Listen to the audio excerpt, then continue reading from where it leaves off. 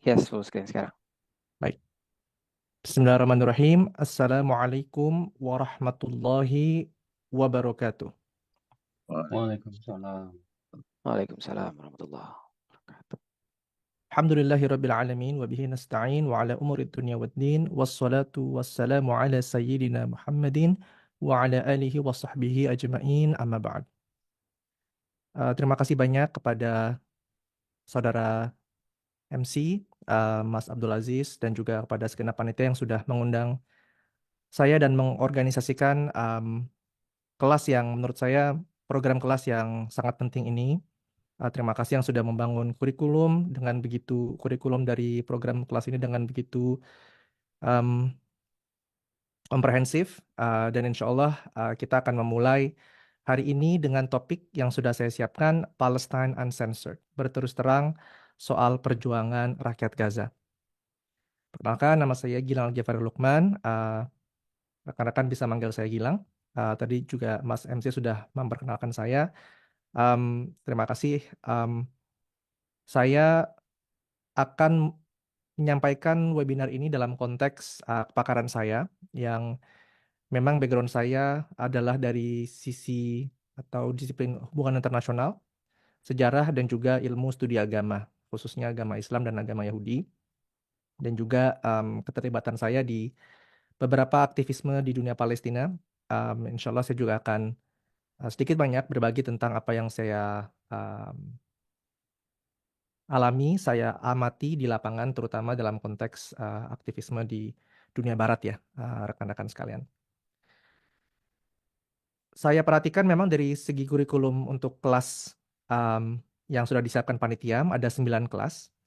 Dan saya di sini ditugaskan memang lebih fokus pada penjelasan situasi di lapangan, pemahaman, dan juga analisis mendalam terhadap apa yang sekarang sedang terjadi ya, tragedi yang terjadi di Gaza.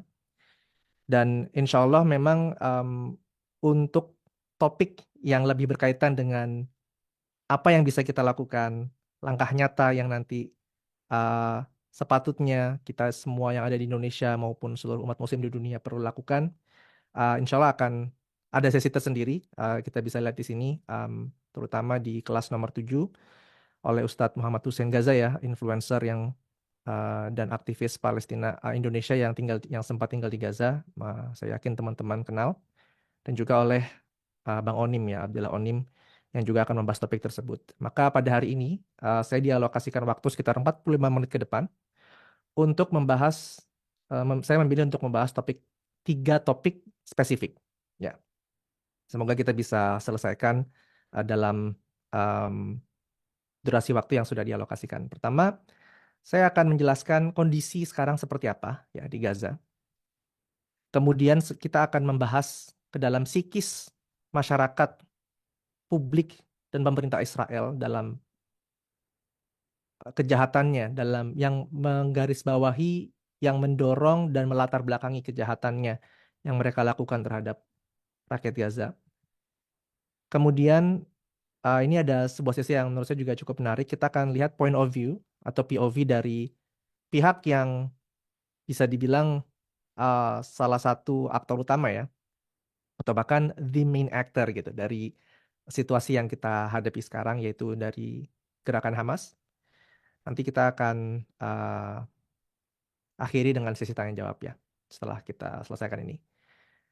Hari ini kita tidak akan membahas seperti yang tadi saya sudah sampaikan ya, karena memang kita punya target yang spesifik. Kita tidak akan membahas sejarah secara komprehensif dari awal konflik hingga hari ini. Kita akan fokus banget membahas tentang apa yang terjadi di Gaza semenjak tragedi ini dimulai ya, dari Oktober 2023, Oktober tahun lalu. Kemudian saya juga tidak akan membahas tentang solusi atau aksi yang perlu kita lakukan, karena insya Allah akan dibahas di sesi-sesi kelas yang akan mendatang. With that being said, semoga kita bisa mengencangkan sabuk pengaman. Kita akan mulai nih sebuah perjalanan yang intelektual yang insya Allah akan cukup menyegarkan semangat teman-teman untuk terus peduli dan bertindak dan bergerak dan mendoakan tentunya saudara-saudari kita yang ada di Gaza. Oke, current condition in Gaza. Seperti apa sih sekarang kondisinya di Gaza? Sebelum saya mulai, ini karena lagi puasa-puasa ya, saya tuh selalu suka mulai dengan pertanyaan kalau lagi bikin webinar. Apalagi ini konteksnya kelas ya. Jadi kita akan mulai dengan pertanyaan. Boleh tolong tulis di chat nggak? Ini alamat apa ya, teman-teman? Jalan Jenderal Gatot Subroto, Kafling 52, Kecamatan Mampang Perapatan, Jakarta Selatan.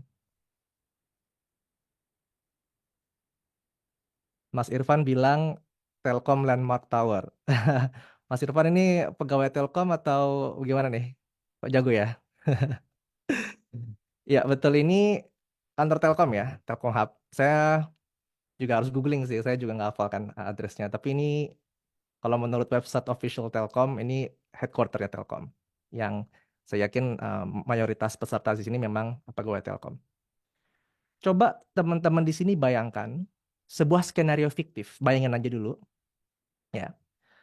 Sebuah skenario di mana, kalau lokasi Telkom tadi kan Kecamatan Mampang Perapatan itu di Jakarta Selatan ya, teman-teman. Kira-kira di daerah sini nih. Telkom Hub tuh, kantor Telkom ada di sini.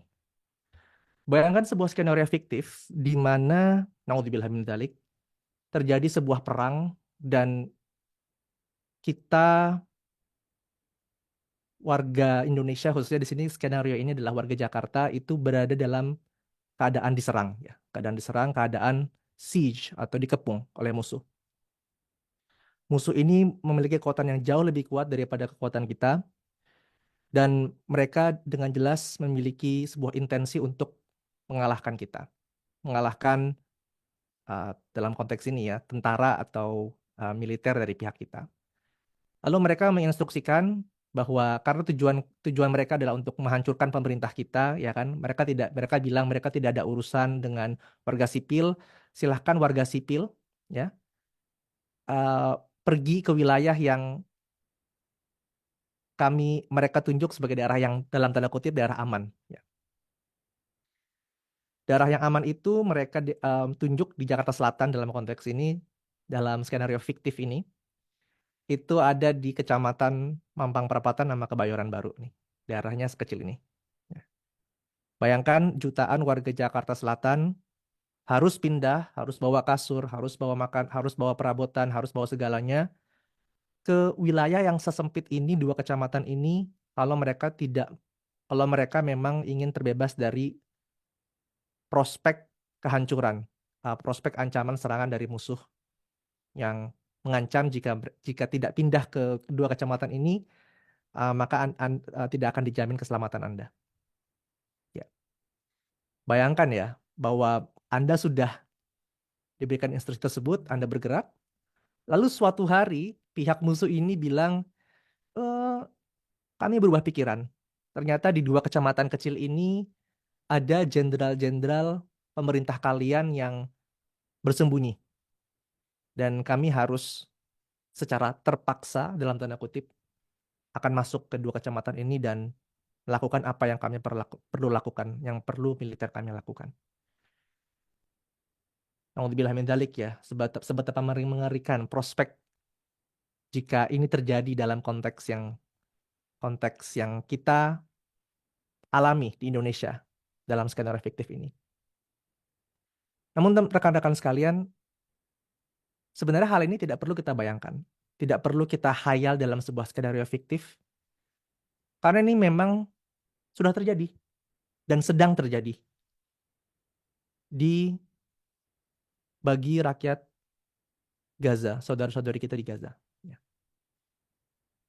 Yang mana ketika serangan Oktober itu bermula,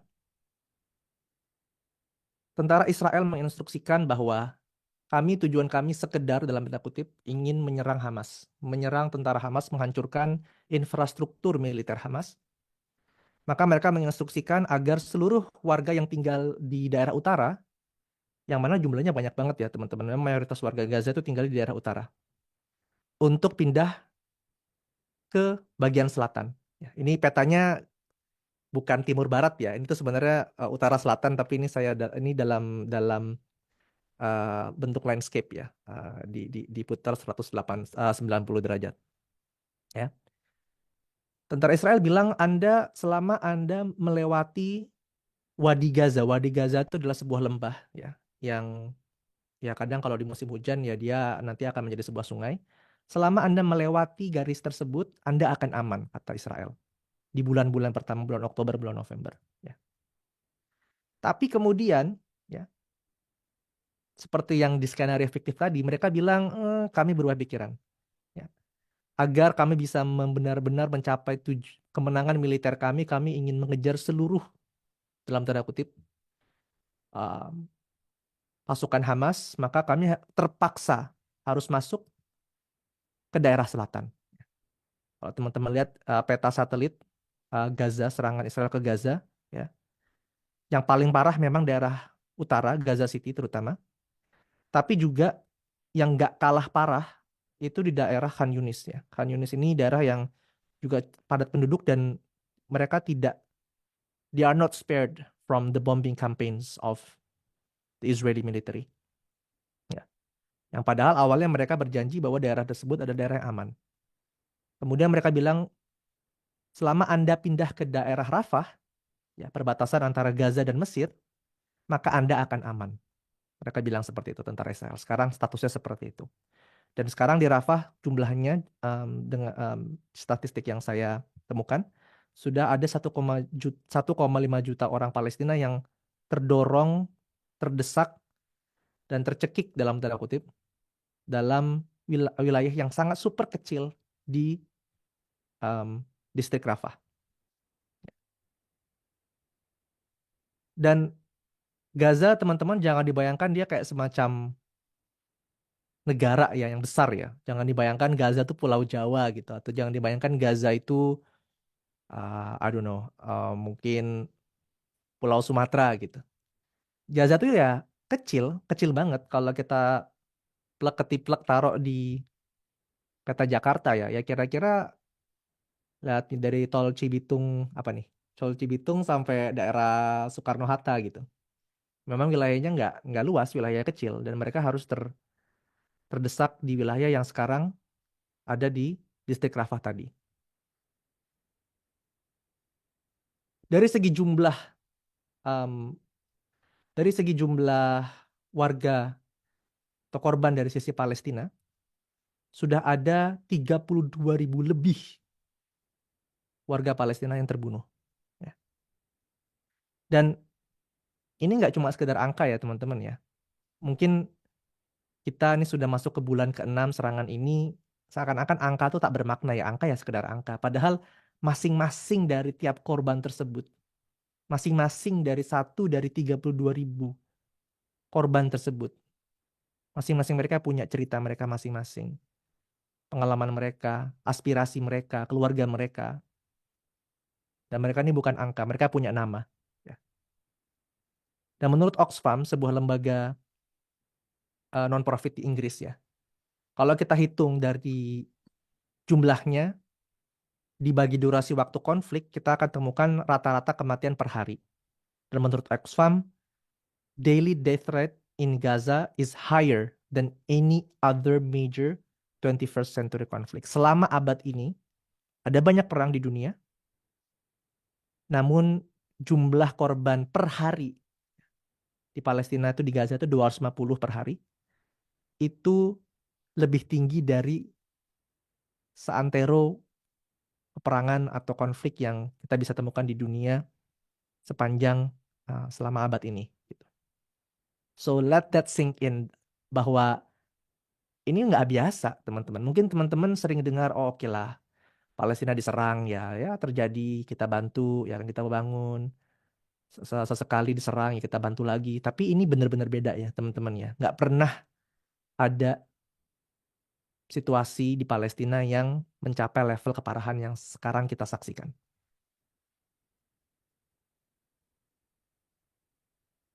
Di tengah tadi sudah separah itu, sudah separah banget 32.000 orang syahid, kabinet perang Israel, ya, kabinet perang tersebut itu terdiri dari tiga menteri ya, perdana menteri, Netanyahu sama ada dua menteri yang senior, ya, sudah memutuskan bahwa kami akan melanjutkan operasi militer hingga tuntas ke distrik Rafah. Jadi ini udah kedua kalinya Israel apa ya bilang bahwa oh ini aman kok, tapi ternyata pada akhirnya mereka bilang kami harus tetap tuntas melibas Hamas, maka kami akan masuk ke dalam distrik Rafah. Ya. Nauzubillah min dzalik.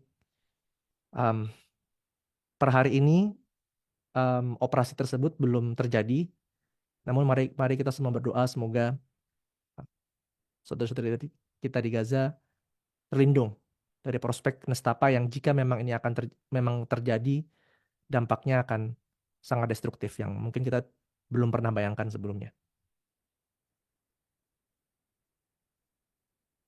Melihat tadi ya, the audacity, se istilahnya apa ya, the cold-bloodedness, kedarah dinginan yang Israel tampakkan, pasti rekan-rekan di sini seenggaknya pernah terbesit gitu. Kok bisa?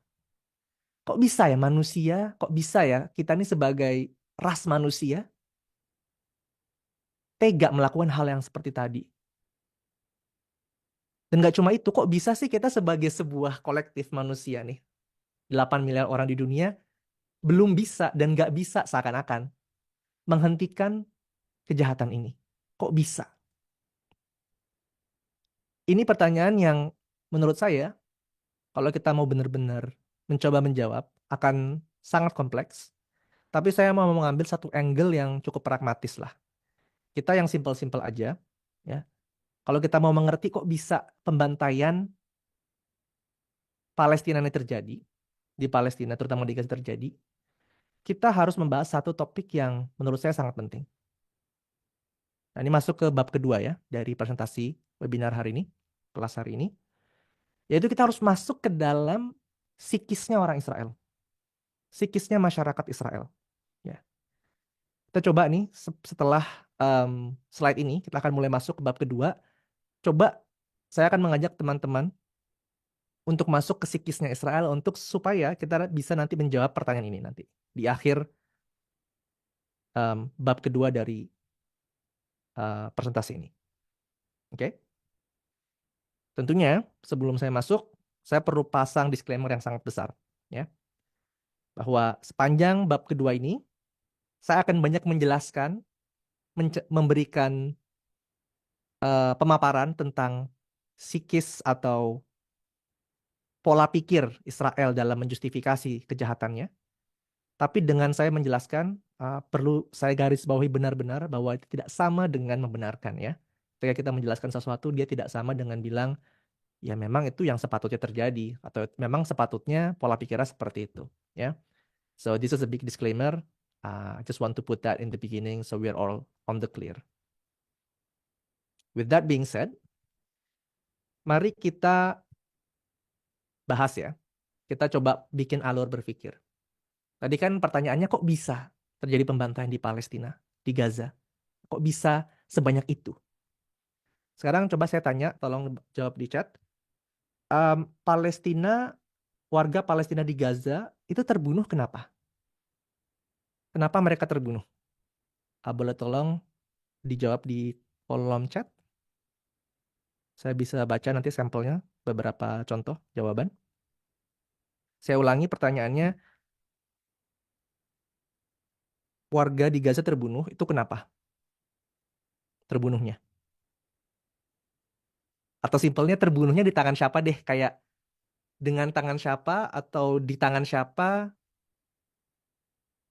warga di Gaza itu tewas. Exactly. Mbak Sheila Yulvia Hadis. That is the exact question that I want. Dibunuh tentara Israel.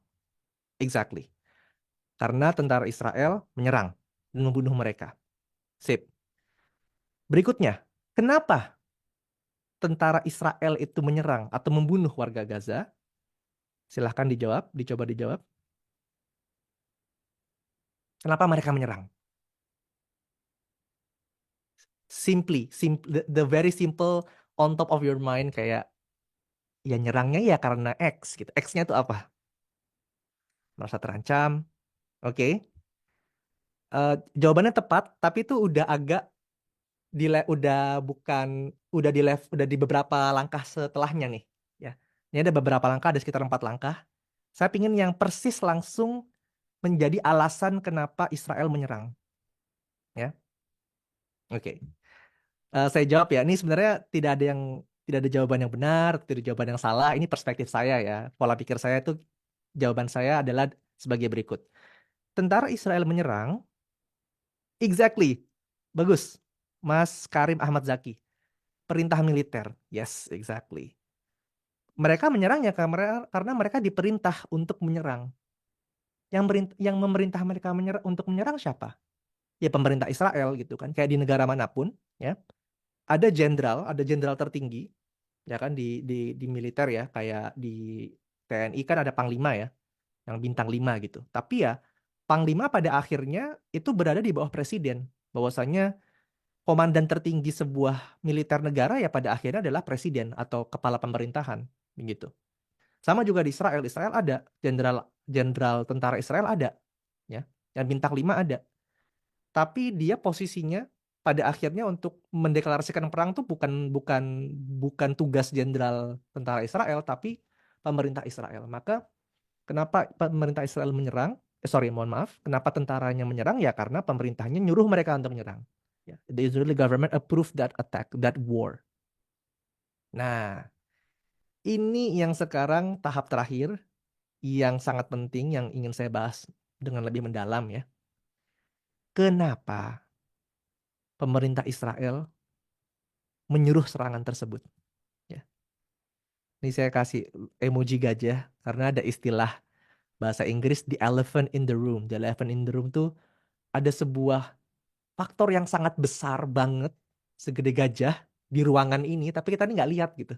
Gajahnya segede ruangan gajahnya segede segede gaban gitu di ruangan, tapi kitanya kayak nggak ngeliat gajah tersebut. Nah, itu namanya the elephant in the room.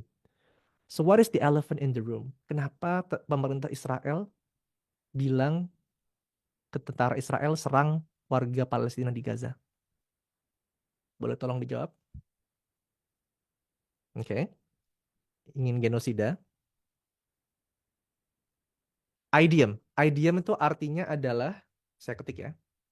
Idiom itu artinya peribahasa atau apa ya? Kalimat metafor. Mungkin bisa di googling nih. Elephant in the room. Ya, bisa di googling. In the name of self defense, mencaplok. Oke. Again, sekali lagi, jawaban ini tidak ada yang salah, tidak ada yang benar. Semuanya ada poin kebenaran. Ya, ungkapan betul, Mbak Yana Widya Stuti. Itu maksudnya ya, idiom ya. Tapi yang ingin saya jawab, versi saya, ya pemerintah tuh pada akhirnya, ya apalagi ini kita bicara tentang pemerintah Israel ya. Sistem pemerintahan di Israel, sistem negara di Israel, terlepas kritikan dan kekejaman yang ia lakukan, ada satu hal yang memang Israel ini cukup dalam tanda kutip jago. Ya. Israel itu ya mengimplementasikan sistem demokrasi. Mereka punya pemilu yang reguler dan ya kalau misalnya publik tidak mendukung pemerintah tersebut ya mereka akan digulingkan. Kira-kira seperti itu. Jadi berbeda dengan beberapa negara yang mungkin ya yang haus yang mungkin I don't know presiden atau perdana menterinya haus darah pokoknya saya mau perang terserah saya gitu. Di Israel ya nggak kayak gitu, nggak bisa demikian karena pada akhirnya Anda harus akan menghadapi pemilu dan kalau keputusan Anda bertolak belakang dengan apa yang diinginkan publik, em, maka Anda tidak bisa ya istilahnya untuk maksa perang yaitu adalah bunuh diri politik. Nah, maka kita temukan nih jawabannya nih ya, jawaban yang kita cari ya. Kenapa warga Palestina terbunuh? Karena tentara Israel menyerang. Kenapa tentara Israel menyerang? Karena pemerintah Israel menyuruh. Kenapa pemerintah Israel menyuruh? Jawabannya gajah di ruangannya adalah karena memang, well, warga Israel memang menginginkan itu. Kita lihat di survei, ini saya ambil dari survei Badan Riset ya di Israel ya.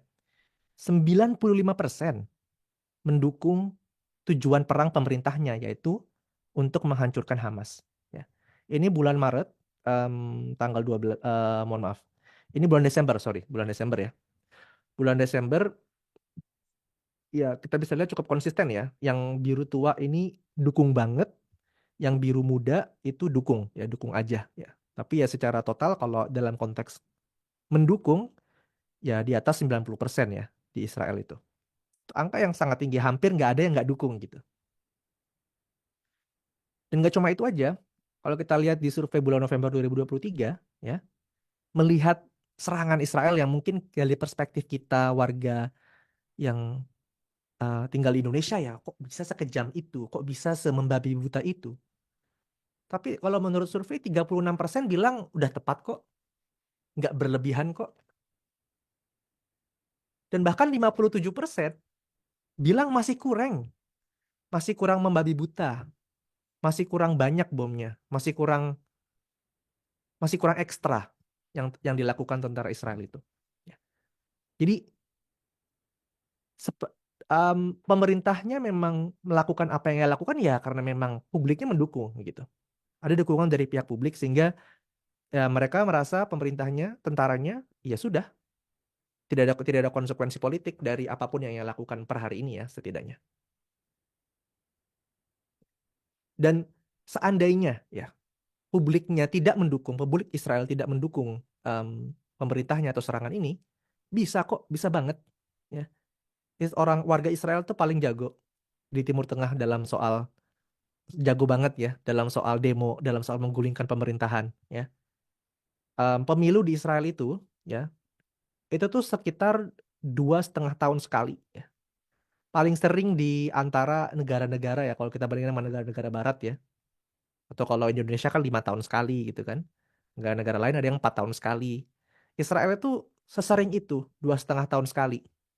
Karena memang semudah itu masyarakat tidak setuju dengan pemerintah dan minta, so pokoknya kami ingin pemilu lagi, ingin ganti pemerintahan itu bisa kalau mereka mau sesering itu.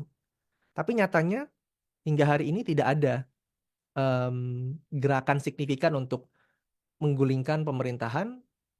Ya, walaupun protes ya ada, kita lihat kritik terhadap pemerintahan Netanyahu ada, tapi secara umum dalam konteks mendukung serangan terhadap atau mendukung objektif perang untuk melawan Hamas, melawan Gaza, itu ada konsensus di masyarakat Israel.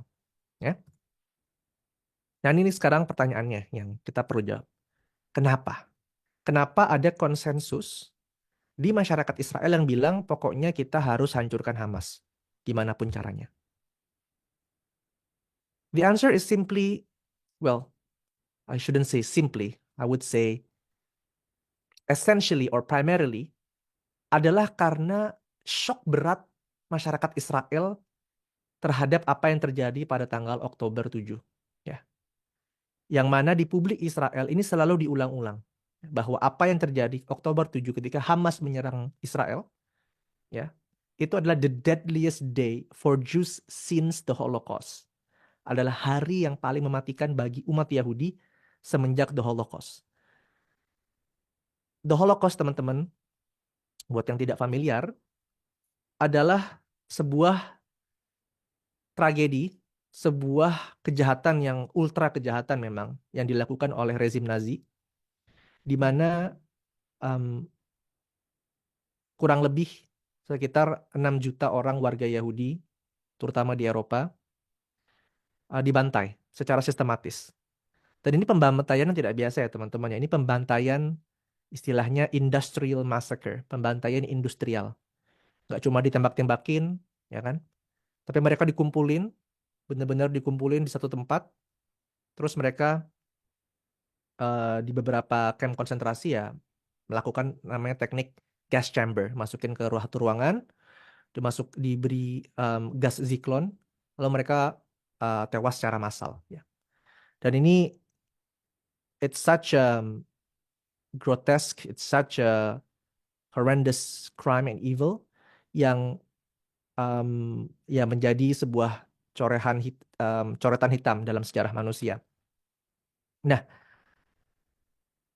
bayangkan ketika orang menyebut Holocaust ya dengan kengeriannya yang seperti itu. Ya. Kita perlu pasang sekali lagi, kita kan sekarang sedang bahas tentang psikisnya orang Israel ya. Bahwa mereka punya trauma sejarah terhadap Holocaust. Nah, di Israel ya, itu tadi diulang-ulang istilah the deadliest attack against Jews since the Holocaust. Bahwa apa yang Hamas lakukan itu yang paling mematikan terhadap umat Yahudi semenjak Holocaust. Seakan-akan apa yang dilakukan Hamas itu mereka sandingkan dengan Holocaust, seakan-akan apa yang Hamas lakukan itu adalah Holocaust kedua, seakan-akan ya. Itu yang sering diatribusikan kepada Hamas. Kalau kita mau cari um, analoginya dengan konteks Indonesia, bayangkan perbedaan ya. Ini um, ada dua bentuk headline di koran yang sedang mendeskripsikan kejadian yang sama. Ya. Faktanya kejadiannya, ya ini again, sekali lagi skenario fiktif, bahwasanya terjadi penembakan massal di Palembang. Ya. Ya, terjadi sebuah penembakan massal, mati 100 orang ya di Palembang. Satu sisi ada yang headline bilang ini terjadi penembakan massal di Palembang.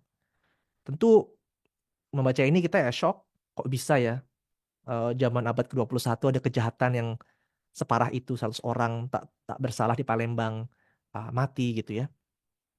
Tapi gimana kalau kita framing headline-nya itu kita framingnya itu berbeda. Disebut misalnya terjadi G30 SPKI jilid 2 di Palembang. Ya. Jumlah korban yang mati sama-sama 100. Tapi dengan framing yang seperti ini, kalau kita framing seakan-akan penembakan massal ini itu kita sandingkan dengan sebuah trauma sejarah yang semua orang di Indonesia tuh takut. Semua orang di Indonesia tuh trauma dan beneran attack the very central core of our conscience.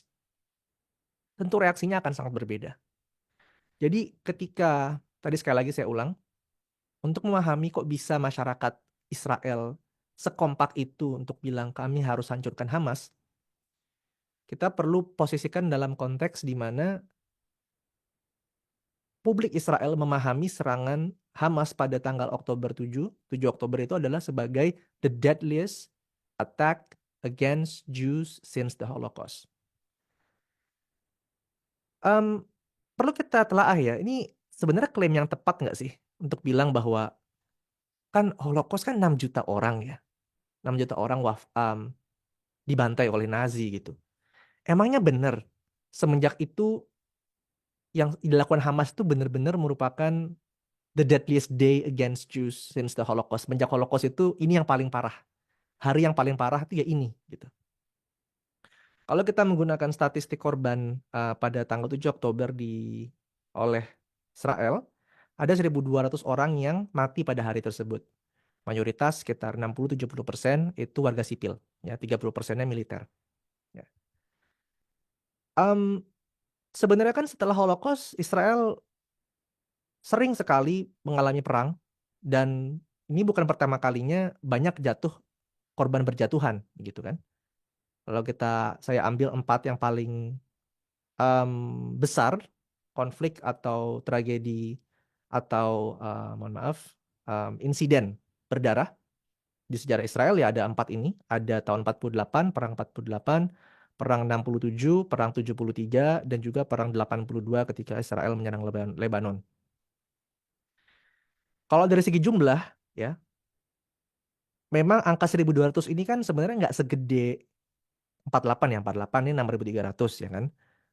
73 ada 2.800. Lebanon 2.400. Sebenarnya angka 1.200 yang korban dalam tanda kutip Oktober 7 ini nggak sebanyak itu. Tapi kalau kita hitung, kita bagi dengan durasi konfliknya, durasi peristiwa perangnya, ya masing-masing ya 5 bulan, 6 hari, 20 hari, 3 tahun, kita dapat angka seperti ini ya.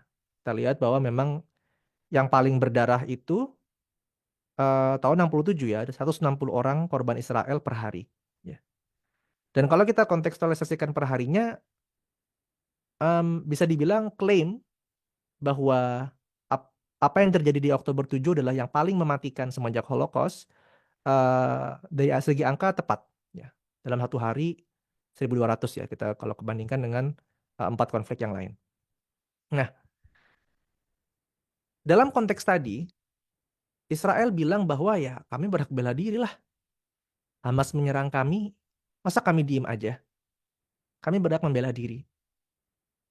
Tapi teman-teman, kalau sekedar membela diri, ini sebenarnya bukan hal baru ya. Narasi kami menyerang Gaza karena membela diri itu bukan hal yang baru. Ya.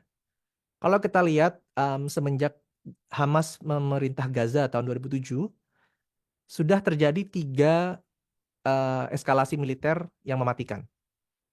Ya. Tahun 2008-2009, ya. Kalau teman pernah dengar lagu um, Michael Hart ya, kalau nggak salah ya, yang We will not go down in the night without a fight, ya kan? Mungkin kalau yang seumuran saya um, pasti inget lah pas masih SD gitu ya. Gaza Tonight, exactly. Lagu tersebut itu tahun 2008-2009 ya. Itu ada sekitar 1.000 orang korban dari sisi Palestina. Alasannya sama, Israel melakukan framingnya adalah kami membela diri. Hamas menyerang kami dengan roket, kami membela diri, walaupun roketnya dalam tanda kutip pihak Israel tahun 2008-2009 itu Israel yang mati ada 13 orang ya, 13 orang. Dibalas orang Palestinanya yang syahid ada 1.100 orang. Itu tadi bela diri udah pernah 2008-2009. 2014 juga bela diri lagi ya. Bilang kami diserang Hamas dengan roket, kami nyerang balik. Angkanya di angka 2.000 orang pada tahun 2014. Tapi ketika kita masuk nih, apa yang sedang kita saksikan sekarang hari ini, subhanallah ya, rekan-rekan sekalian, angkanya itu naik secara eksponensial. Ya. Ini pun baru ini bulan Desember, ya, 23.000, ya, 23.000. Kalau sekarang bulan Maret sudah di angka 32.000. Ya. Sebanyak itu korban yang kita saksikan sekarang, dan ini beda banget dengan tahun 2008, 2009 maupun 2014. Jadi kalau sekedar bela diri kok kayaknya kali ini beda ya bela dirinya gitu. Apa sih yang beda? Yang membedakan adalah memang dari segi tujuannya. Tujuan dari apa yang Israel ingin capai. Kalau dulu tujuannya adalah Hamas kapok. Pokoknya Hamas nyerang kami balas 10 kali lipat, 20 kali lipat, 30 kali lipat, sampai dia kapok nggak mau nyerang kita lagi. Itu dulu tujuan bela dirinya. Tapi kalau sekarang, tujuannya apa? Bukan Hamas kapok, tapi Hamas musnah. Ya. Kalau pakai bahasa Ibraninya, kalau teman-teman um, baca koran-koran Israel, itu istilah Ibrani yang digunakan adalah mitut Hamas. Mitut Hamas itu artinya adalah, oh sorry, kalau orang pakai Hebrew, bacanya bukan Hamas, tapi Hamas. Mereka nggak bisa ha, tapi ha. Mitut Hamas. Ya. The collapse of Hamas. Kali ini mereka udah bukan lagi supaya Hamasnya kapok atau supaya Hamasnya nggak nyerang lagi. Pokoknya kali ini Hamas harus dicabut sampai akar-akarnya. Ya. Nah, untuk memahami ini, saya mau kasih studi kasus. Kemudian saya akan membuka sebuah survei, ya teman-teman. Nanti saya minta teman-teman untuk masuk ke survei untuk menjawab pertanyaan yang akan studi kasus yang akan saya sampaikan. Oke? Studi kasusnya adalah sebagai berikut. Tolong diperhatikan ya. Bayangkan Anda adalah seorang kepala desa. Anda adalah seorang pemimpin dari sebuah desa. Oke? Di desa tersebut ya ada sebuah gang begal nih yang kerap malakin satu desa. Warga-warga Anda sebagai kepala desa itu dipalakin, diintimidasi, diganggu gitu kan. Dan Anda sampai kepusingan ini gimana ini? Anda pingin mengatasi masalah ini gitu kan. Gang begal yang ya kerjanya begalin, malakin.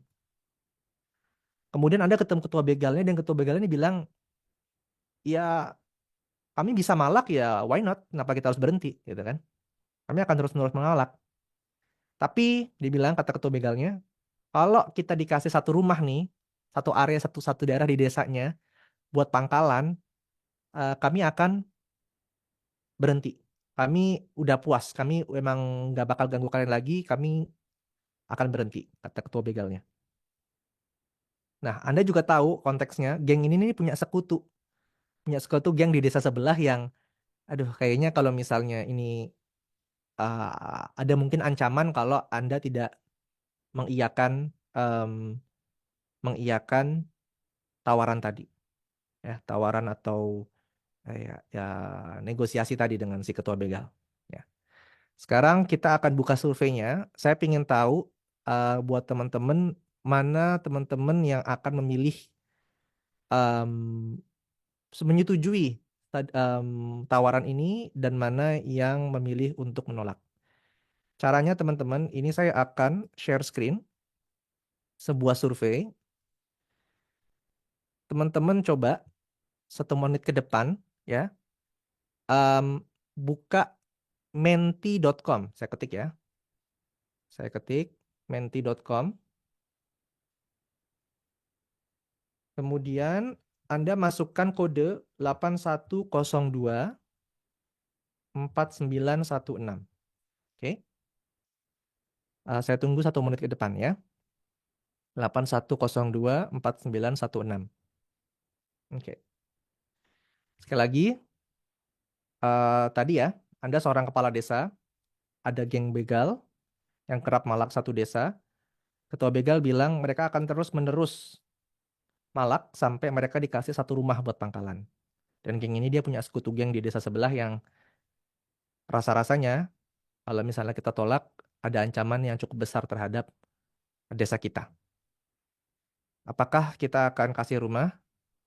Dan mereka janji ya, berkomitmen nggak akan nyerang kita lagi. Kita akan terima, setuju, atau tidak setuju. Saya akan kasih 10 detik lagi buat teman-teman. 10, 9, 8, 7, 6, 5, 4, 3, 2, 1. Oke. Mas MC kelihatan kan ya? Ini ada surveinya sedang ada hasilnya ya? Ya, kelihatan Takutnya Mas. nggak kelihatan. Kelihatan ya Mas ya? Kelihatan ya. Oke, good. Setuju dan tidak setuju grafiknya. Baik. Kita bisa lihat di sini mayoritas bilang nggak setuju. Ya, bilang nggak setuju. Boleh nggak saya ajak satu perwakilan kalau ada yang bisa raise hand untuk memberikan alasannya apakah Anda setuju atau nggak setuju secara singkat. Nanti saya persilakan. Boleh tolong ada yang raise hand nggak? Oke. Mas Karim Ahmad Zaki. Boleh di-unmute terus bilang Anda memilih apa dan kenapa? Tidak setuju sebab diksi bahwa pangkalan berarti dia akan melanjutkan atau bahkan melebalkan dan semakin menjahat, memberikan kejahatan kepada wilayah tersebut. Oh, oke, menarik, menarik. Wah, harusnya saya nggak bilang jadi pangkalan ya. Saya bilang ngasih rumah aja ya. Oke, oke, salah saya. Agak terlalu tendensius ini ya. Tadi studi kasusnya. Baik, terima kasih Mas Karim Ahmad Zaki. Dan tampaknya majority bilang ini ya, bilang akan menolak gitu. Tapi kan sebenarnya yang boleh nggak yang setuju perwakilan satu orang raise hand. Menjelaskan pengen dengar argumen dari pihak yang setuju. Saya penasaran. Oke, Yasmin Amini, silakan unmute. Oh ya, kalau tadi sih mikirnya nggak sampai yang diksi itu ya, cuman mikirnya daripada wargaku dibegalin terus, lebih Mm-mm. baik ya udahlah aku kasih rumah gitu, seenggaknya sementara win-win gitu kan. Soalnya udah Betul. bahaya nih kayak gitu. Oke. Saya setuju juga sih dengan Mbak Yasmin ya. Apalagi ada kalimat terakhir kan, juga cukup kunci. Geng ini punya sekutu nih. Nih kalau lo nggak terima cukup bahaya gitu. Dan belum tentu kita hansip kita ya kan, taruna mas apa sih istilahnya? Karang Taruna, Mas. Karang taruna. Ya. Karang taruna kita siap gitu kan. Mungkin masih belum jago gitu kan ya. Ya, mungkin kita setuju dulu sambil kita diam-diam siap-siap gitu kan, karang tarunanya, hansipnya. Mungkin kalau kita udah kuat baru kita gerebek nih rumahnya gitu kan, udah kekumpul tuh. Kita bisa gerebek diam-diam pas malam hari ya, siapa tahu gitu kan. Oke, ini menarik banget. Kenapa?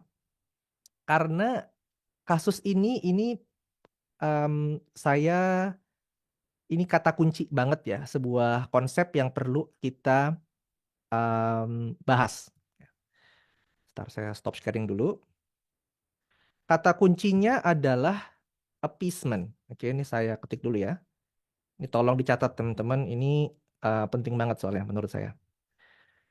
Appeasement policy. Saya ketik dulu. Appeasement. Oke. Mas MC, saya punya waktu berapa menit lagi? Itu 10 menit lagi, Mas. Oh, 10 menit lagi. Oke, saya akan coba ngebut ya. Ya, Semoga masih tepat waktu. Eh, apakah sudah full screen, Mas MC? belum ya. Ya, sekarang sharing ya. Oke, Ya, sudah. sudah. Ya, ini kata kunci ya, teman-teman bisa dicatat ya, appeasement. Jadi appeasement itu kondisinya adalah kondisi sebelum Perang Dunia Kedua, sebelum Hitler nyerang Polandia dan nyerang semuanya, itu ada sebuah negosiasi di Munich ya.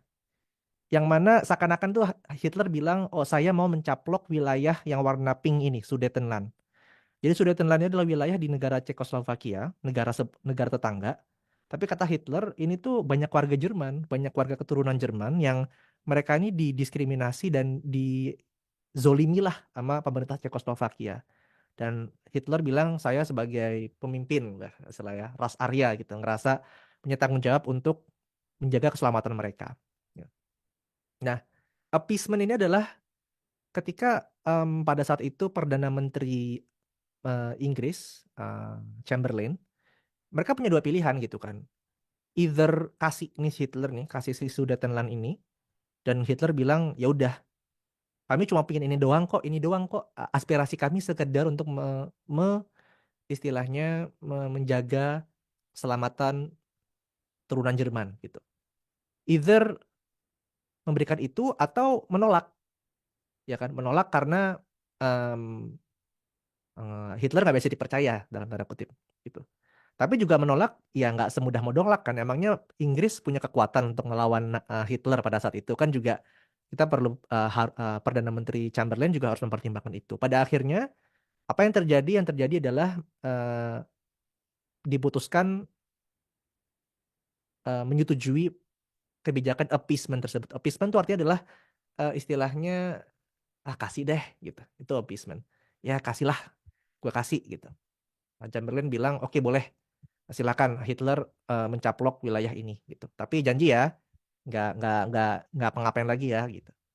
Dan well, all of us know what happens next.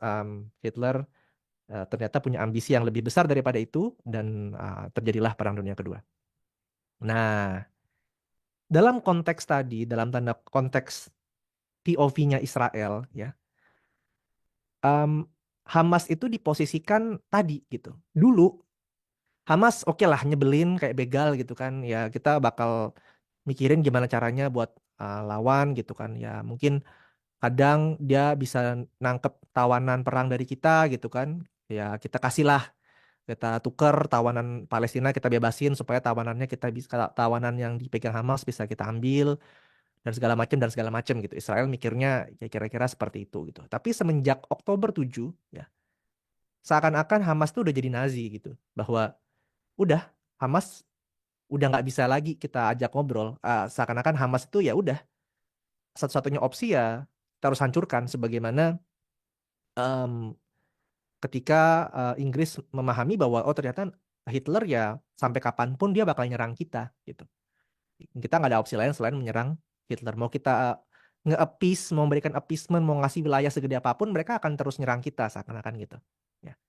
Jadi ini Neville Chamberlain, ini Hitler ya salaman ya di tahun 39 di Munich, di Jerman. Basically Israel bilang ya udah, no to appeasement.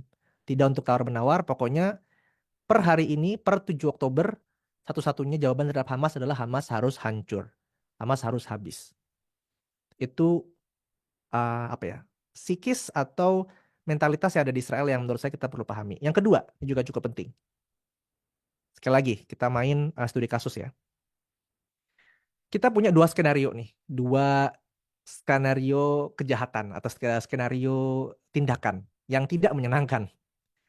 Skenario A adalah begal. Ini kok saya dari tadi begal mulu ya. Ini saya bukan begal ya. Ini nggak tahu kenapa kepikirnya begal terus nih skenarionya. Skenario A ada begal yang ngejambret warga. Ya, nggak ada angin, nggak ada hujan, warganya nggak bersalah, dijambret, terus dia terluka ketika si begalnya ngejambret. Nah, ini skenario A ya. Skenario B ya, satu RT ya, itu kesel sama si begal ini karena dia banyak berulah, terus ngegebukin si begal ini sampai koma. Ya. Ngegebukin si begal ini sampai koma, dan gara-gara koma dia dalam kondisi ya kayak orang mau mati tapi belum mati gitu kan. Terus keluarganya ya harus bawa dia ke rumah sakit, bayar ICU gitu kan segala macem, dan itu mahal banget. Sampai keluarga itu harus hutang, sampai keluarganya itu bangkrut. Ya. Keluarga si begal ini yang keluarganya nggak salah kan, bapaknya, anaknya, istrinya mungkin itu nggak bersalah, tapi kena pahitnya gitu, sampai bangkrut karena si begalnya ini nggak dibawa ke polisi gitu kan, tapi malah digebukin sampai koma, sampai gegar otak, sampai disfungsional lah. Oke, sekarang saya akan bertanya ke teman-teman ya untuk mengisi polling ini lagi. Saya next dulu. Masih di kode yang sama. Oh, ini saya ulang dulu ya, sebentar. Ini harusnya belum dijawab. Mohon maaf ya. Ini bisa saya ulang nggak ya si ininya? Sebentar.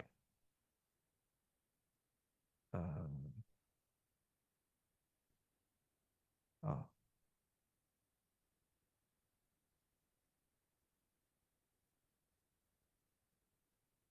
Manage results.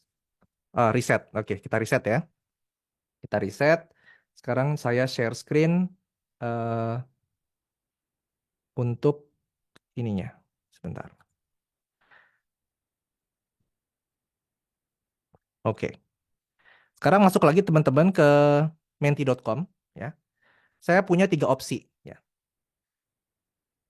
Opsi pertama ya, tadi skenario A yang begal ngejambret warga gitu kan, nggak ada angin, nggak ada hujan, nggak bersalah, itu lebih jahat dari skenario B yang begalnya digebukin sampai koma. Opsi B, skenario B yang lebih jahat, yang tadi yang begal digebukin sampai koma ya, sampai keluarga begal bangkrut, itu yang lebih jahat dibanding A.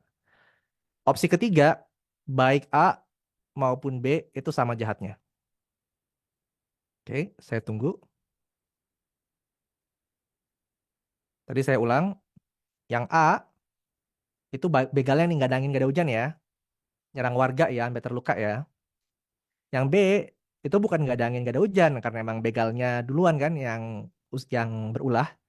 Tapi konsekuensinya parah banget gitu, sampai dia koma, ya kan? Sampai keluarganya yang nggak bersalah pun ikut bangkrut. Mana yang lebih jahat, yang A, yang B, atau sama jahatnya? Sama di sini maksudnya sama persis ya, nggak ada bedanya, bener-bener sama-sama jahat.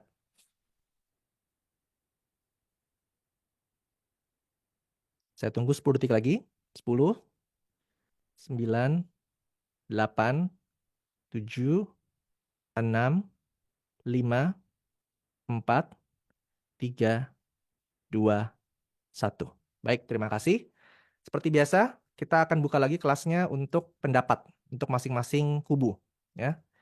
Sekarang coba untuk kubu pertama yang bilang skenario A lebih jahat dari skenario B. Boleh raise hand?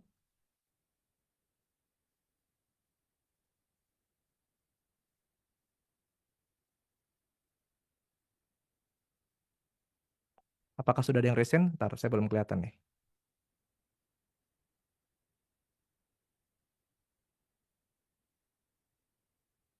Oh, saya nggak kelihatan ya, sebentar. Silakan rekan-rekan yang mau respons. Belum ada ya? Belum? Oh, belum. Oke, saya skip dulu. Kalau gitu, baik untuk opsi berikutnya yang bilang skenario B ini lebih jahat ya dibanding skenario A. Silakan. Apakah ada?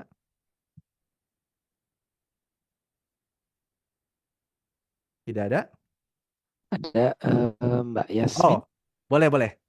Mbak Yasmin, silakan. Silakan. Maaf ya aku lagi. Nggak eh apa-apa. Kalau yang B lebih jahat, soalnya sampai koma mas, sampai kayak ya itu aku membayangkan itu sangat membabi buta ya daripada yang A. Cuman yang namanya begal, misalkan nih yang warganya tuh naik motor terus dibegal, ketarik dianya jatuh, udah gitu. Tapi yang B itu bener-bener kayak wah kayak murka sekali gitu sih mas, kayak gitu. Tapi Kotor. Mbak Yasmin, tapi kan yang A nggak ada angin, nggak ada hujan. Maksudnya Ya kayak, namanya orang berbuat jahat ya kita nggak tahu siapa aja bisa kena gitu kan. Ya namanya begal mas, kayak gitu. I see. Mm, Berarti menurut Mbak Yasmin yang paling penting tolak ukur kejahatan adalah konsekuensinya. Kayak hasil betul. akhirnya tuh yang lebih parah yang mana itu yang lebih jahat. Gitu Iya menurut Mbak betul, Yasmin. betul. Bukan alasan kenapa itu terjadi. Iya betul. Oke, baik. Uh, Terima kasih Mbak Yasmin. Sekarang kubu ya ketiga yang bilang sama-sama jahat. Adakah perwakilan yang mau menjelaskan?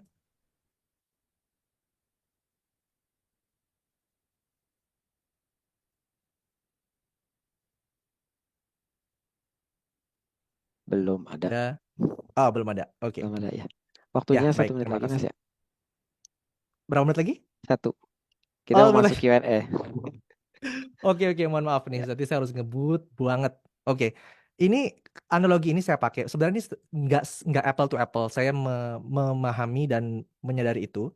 Tapi ini saya pakai untuk mau menggarisbawahi apa ya argumen propaganda yang selalu disuarakan Israel gitu. Propagandanya adalah apa? Bahwa ya korban jatuh banyak yang sampai terkubur di bawah bangunan dan segala macam. Mereka bilang, well, kami menyayangkan korban sipil, tapi itu salah Hamas gitu. Jadi Israel itu bakal memilih opsi kedua ya, bahwa mohon maaf, akan memilih opsi pertama gitu. Bahwa apa yang dilakukan oleh si begal itu lebih parah dibanding karena si begalnya ya seakan-akan nggak ada hujan nyerang duluan gitu. Itu lebih parah dibanding skenario B yang dimana warga membalas habis-habisan, tapi konsekuensinya ya tadi ya parah banget gitu. Tentu ini nggak apple to apple karena dalam konteks Hamas ketika menyerang itu bukan karena nggak ada angin, nggak ada hujan kan, bukan karena iseng, bukan karena ya udah aku iseng mau begalin orang gitu. Ada alasan di baliknya yang itu akan masuk ke bab berikutnya. Itu tidak apple to apple, tapi setidaknya dari perspektif Israel mereka ngerasa Hamas itu nyerang kami itu nggak ada angin, nggak ada hujan gitu. Maka apapun yang dia terima itu tidak lebih jahat daripada tindakan Hamas yang nyerang duluan, nggak ada angin, nggak ada hujan. Of course, I think everyone in the world understand bahwa serangan tersebut itu does not happen in vacuum, tidak terjadi tanpa konteks yang kosong gitu. Ada konteks di baliknya. Oke. Mas, saya boleh minta 5 menit nggak, Mas? Kalau boleh diizinkan untuk Ya ini masuk ke bab ini. kebetulan pesertanya antusias banget Mas. Oke. Ya kalau berkenan mau extend berapa menit lagi boleh? Oke, Bisa baik. 10 menit lagi atau Boleh 10 gimana? menit lagi maksimal ya. Ya, Saya akan boleh, ngebut boleh, nih. Baik, boleh. untuk Terima bab kasih Mas. berikutnya sekarang kita masuk nih. Nah, Hamas POV itu seperti apa gitu. Kita coba pahami ya. Dan untuk ini riset saya nggak terlalu nggak dipermudah dalam tanda kutip karena Hamas sudah mempublikasikan alasan mereka, narasi mereka, kenapa mereka menyerang gitu.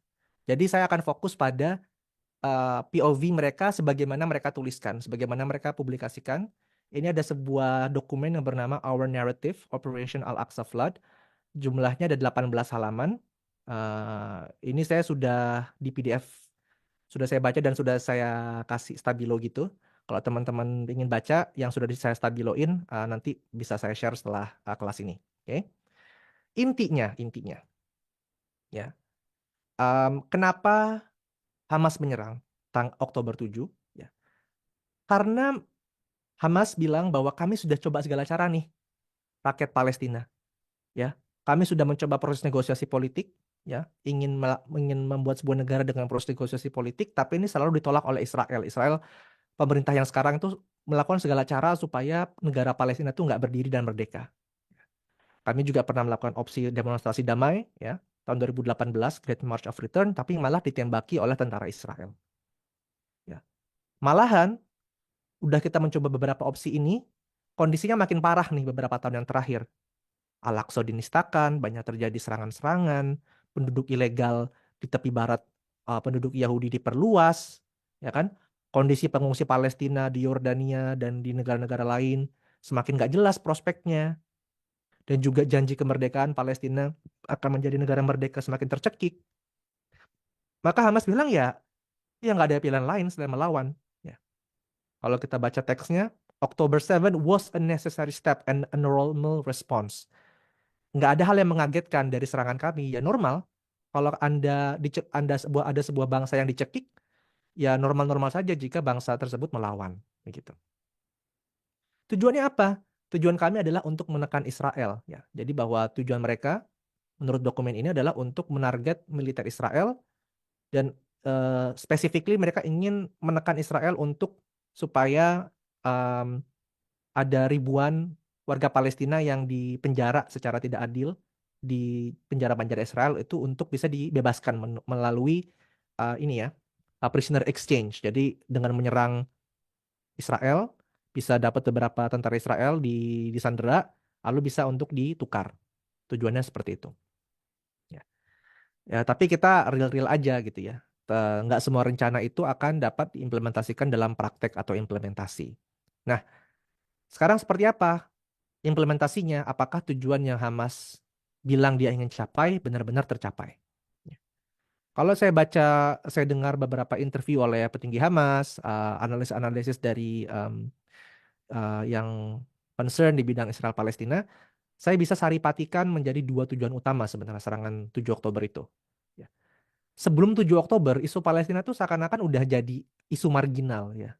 Orang bicara Palestina ya masih, tapi kayak orang udah nggak setergerak itu untuk serius banget mendukung supaya Palestina jadi negara. Malahan banyak negara Arab normalisasi, membuka hubungan dengan Israel ya kan. Israel juga bisa ngelakuin apa yang dia mau tanpa ada konsekuensi. Ya. Jadi ingin dengan serangan ini perhatian dunia kembali agar isu Palestina ini terangkat dan menjadi sentral. Yang kedua, menghancurkan persepsi bahwa Israel itu tak terkalahkan. Karena sebelum 7 Oktober, ya pihak Palestina tuh nggak pernah masuk ke wilayah Israel untuk bisa menerobos dan menyerang dengan substansial ya. Jadi ingin ada dua tujuan tersebut. Untuk tujuan pertama, ya tidak bisa dipungkiri ya, kalau kita lihat data protes ya atau demonstrasi, jelas banget bahwa mayoritas demonstrasi di dunia itu ya pro Palestina gitu. Kayak seakan-akan mayoritas dunia itu yang mendukung dan sekarang jadi tergerak untuk ke jalan-jalan untuk mengangkat isu Palestina gitu kan. Bahkan di Amerika Serikat sendiri itu jumlahnya banyak banget gitu. 1.900 kali jumlah ini ya demonstrasi pro Palestina gitu. Ya ini yang hijau yang dukung Pak Israel cuma dikit banget gitu, yang warna biru. Dari aspek kedua tadi kan tujuannya adalah untuk menghancurkan persepsi bahwa Israel itu tak terkalahkan. Ada sebuah survei di Israel, warga Israel ditanya apakah Israel bisa mencapai tujuan perangnya di Gaza. Ya. Dan jawaban mereka tuh bisa dibilang 50-50 gitu. Ada yang bilang oh Israel bisa, sebagian besar yang lain bilang Israel nggak bisa gitu. Jadi bahwa masyarakatnya sendiri aja, masyarakat Israel aja bukan mayoritas, cukup banyak, 40%-an yang bilang bahwa Israel tuh nggak bisa menang. Buat Hamas itu adalah sebuah bukti bahwa tujuan mereka tercapai gitu. Bahwa Israel udah nggak bisa lagi pongah, udah nggak bisa lagi sombong, bilang bahwa kami tak terkalahkan. Tapi pertanyaannya ini nggak sih yang juga nggak kalah penting? Oke lah, terlepas apapun jumlah yang tercapai, jumlah tujuan yang tercapai, yang Hamas tadi targetkan, apakah korban yang sebanyak 32.000 lebih adalah harga yang pantas untuk pencapaian tujuan tersebut? Gitu kan? Is it worth it? Belum lagi ya, kalau peta yang sebelah kiri adalah peta kehancuran bangunan-bangunan yang ada di Gaza ya. Kehancurannya luar biasa. Is it worth it? Saya yakin bahwa kita, warga Indonesia, warga yang tinggal di Indonesia, kita ini nggak pantas untuk menjawab pertanyaan ini. Yang pantas menjawab apakah it is worth it or not, is it befitting that this happens or not, adalah warga Palestina itu sendiri. Ya kan? Karena ya ini perjuangan, kita bukan posisi kita untuk bilang, oh iya kok, pantas kok, 32.000 ya nggak seberapa lah jumlah korbannya dibanding tujuan yang lebih penting gitu kan. Itu bukan di posisi kita. Maka sayangnya kita belum punya data yang lengkap begitu kan. Sebenarnya sentimen warga Palestina seperti apa terhadap serangan Hamas tersebut. Namun saya temukan ada sebuah survei ya oleh Palestine Center of Policy and Research. Ini bulan Maret. Sampelnya belum terlalu banyak, tapi dari sampel yang sudah ditemukan memang bisa dilihat ya, total di sini 71% bilang bahwa serangan Hamas tanggal 7 Oktober itu adalah tepat. Ya. Nah, sebagian lain 30% bilang tidak tepat. Itu berarti mayoritas bilang tepat serangan tersebut, terlepas konsekuensinya. Tapi di saat yang bersamaan, di survei yang sama, ternyata masyarakat yang menjadi responden survei tersebut bilang bahwa kami mendukung karena memang tujuan serangan Hamas adalah militer saja gitu. Dan 81% 81 hingga 90% itu bilang bahwa Hamas itu tidak menyerang warga sipil Israel. Kita belum tahu jika misalnya diberikan informasi bahwa ada korban sipil di warga Israel, apakah dukungan warga Palestina terhadap serangan tersebut akan terdampak atau tidak. Tapi the bottom line is ya, dan ini ada di dokumen Hamas tadi ya, bahwa di poin nomor 6 di halaman terakhir, the Palestinian people have the capacity to decide their future and to arrange their internal affairs. Pada akhirnya ya rakyat Palestina lah yang berhak menentukan nasibnya sendiri gitu. Hamas mungkin punya aspirasi politik sebagai sebuah gerakan yang cukup idealis ya. Jadi teman-teman Hamas itu pingin target idealisnya adalah ya seluruh wilayah Palestina kembali buat Palestina. Ya, jadi Israel harus dikalahkan, seakan-akan seperti itu. Rezim Zionis harus kalah dan semuanya harus kembali menjadi Palestina. Yang peta sebelah kiri.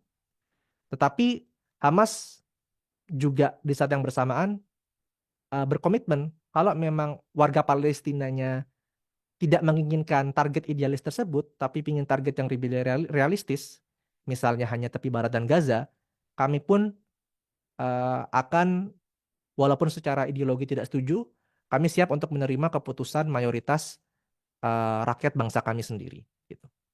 Nah sekarang pertanyaannya, kapan nih masyarakat Palestina boleh dan bisa menunjukkan suara mereka untuk memilih apa sih masa depan yang mereka ingin tapaki, ya kan? Karena sekali lagi kan, apakah perjalanannya adalah terus melakukan operasi militer hingga semuanya merdeka, ataukah mereka ingin lebih ke solusi pragmatis untuk sekarang dan sebagainya, ya harus masyarakat Palestina sendiri kan yang memilih.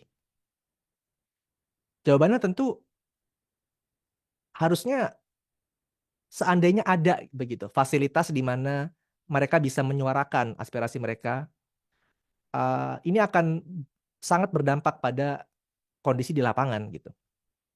Jika misal ada pemilu yang nyata atau referendum di mana masyarakat Palestina semuanya secara bebas dan adil boleh untuk memilih dan menyuarakan mereka inginnya apa. Tapi sayangnya Israel selalu menghalangi upaya tersebut begitu. Tahun 2021 adalah tahun terakhir di mana pemilu Palestina itu sempat mau direncanakan terjadi, tapi gara-gara Israel melarang wilayah di Al-Quds di Yerusalem untuk dilakukan pemilu, maka pemilu Palestina tersebut akhirnya batal total gitu. Jadi untuk concluding remarks ya, yang ingin saya sampaikan, saya biasanya nggak menutup webinar dengan eh, kesan yang pesimis atau nada yang mungkin tidak terlalu berbunga-bunga, tapi ya realita yang sekarang saya amati memang sebuah realita yang sangat challenging, yang sangat sulit, dan bottom line is masyarakat Palestina harus diberikan haknya yang paling prinsipil, yaitu hak untuk menentukan nasibnya sendiri. Sampai hak prinsipil itu diberikan dan direalisasikan, mau bagaimanapun, mau Israel melakukan serangan militer sebesar apapun, semembabi buta apapun, akar dari permasalahan di Palestina itu tidak akan selesai. Ya.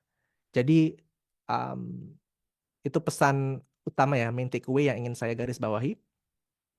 Semoga waktu di mana kondisi yang kondusif bagi realisasi hak prinsipil itu dapat tercapai, ya, dapat segera terjadi, dan insya Allah dengan doa, dukungan, dan dorongan dan semangat yang semua kita punya, terutama kita sebagai umat Muslim yang memiliki hubungan khusus dengan warga Palestina, dengan tanah suci yang ada di Al-Quds, dapat melakukan apa yang bisa kita lakukan untuk mencapai aspirasi yang tentunya semua kita harapkan dapat terjadi tersebut.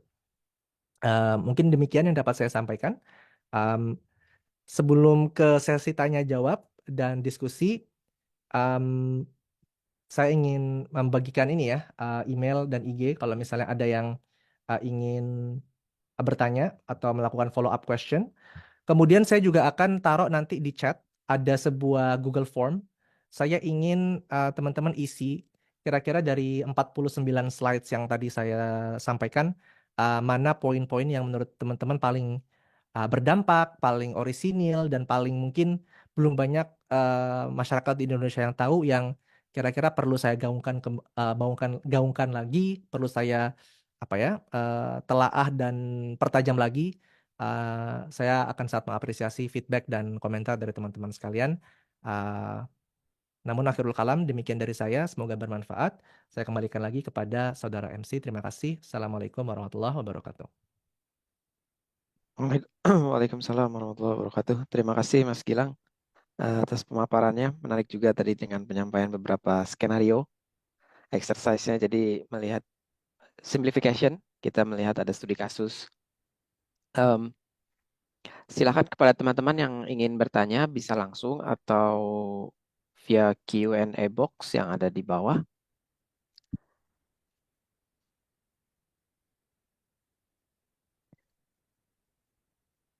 Oh ya, silakan Mas Irfan. Sudah bisa di-unmute. Ya, Assalamualaikum warahmatullahi wabarakatuh. Waalaikumsalam warahmatullahi wabarakatuh. Semangat pagi. Pagi. Ya, pertama-tama terima kasih terhadap Mas Aziz ya atas kesempatannya saya diberikan pertanyaan, dan juga terima kasih atas pemaparan dari Ustadz Gilang yang mana dapat menjawab berbagai permasalahan atau mungkin informasi yang belum saya dapatkan.